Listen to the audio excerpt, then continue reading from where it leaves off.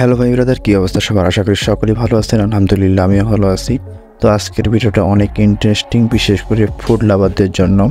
তো আজকে আমরা যাব রংপুরের একটা বিখ্যাত হোটেল, 1 টাকার হোটেল। তো যারা অলরেডি চেনেন তারা তো চেনেনই, আর যারা চেনেন না, এটি হচ্ছে আমাদের লালবাগে অবস্থিত। তো লালবাগ শুনলে অনেকে হয়তো মনে করেন এখানে হয়তো এককালে লালবাগ ছিল। তো এমনটা একেবারেই নয়, এটা ভুল ধারণা। এটা সুন্দর একটা ইতিহাস আছে, যদি ঘাটাঘাটি করেন অবশ্যই নেটে পেয়ে যাবেন। তো অলরেডি আমরা চলে আসছি 1 টাকার হোটেলে। তো এখানে কী কী আইটেম পাওয়া যায়, খাইতে কীরকম, খাবার হিসাবে দামটা ঠিক আছে না সব কিছুই জানাবো। তো যারা মূলত ফুড ব্লগ বা ফুড ভিডিও করেন তারা যদি আসেন এখানে ভিডিও করতে, অবশ্যই ভিডিও করার পারমিশন পাবেন। তারা অনেক আন্তরিক, কোনো সমস্যা নেই, ভিডিও করলে তারা আপনাদেরকে অবশ্যই সহযোগিতা করবে। তো প্রথমে অর্ডার দিছি একটা 10 টাকার প্লেটার। তো প্রথমত খাইতে অতটা ভালো লাগেনি, শুধু এখানকার পেঁয়াজিগুলোই ভালো লাগছে, বাকি অন্যান্য আইটেমগুলো অতটা ভালো লাগেনি। তো আর একটা ছিল খাসির চপ। তো আদৌ খাসির কোনো লেঙ্গুরও আছে নাকি সন্দেহ, কিন্তু খাইতে মোটামুটি খুবই ভালো লাগছে। তো সাথে আছে পোলাও, মানে পোলাও ভাত আর কি, বিরিয়ানি আইটেমের মতো।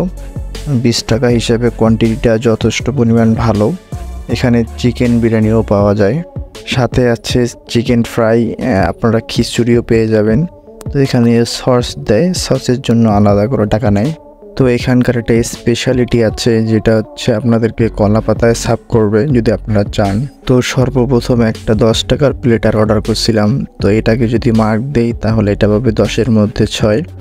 তারপরে আছে চিকেন ফ্রাই, তো মোটামুটি খুবই ভালো লাগছে। যদি দাম হিসাবে চিকেন ফ্রাইটাকে মার্ক দেয় তাহলে পাবে 10-এর মধ্যে 8।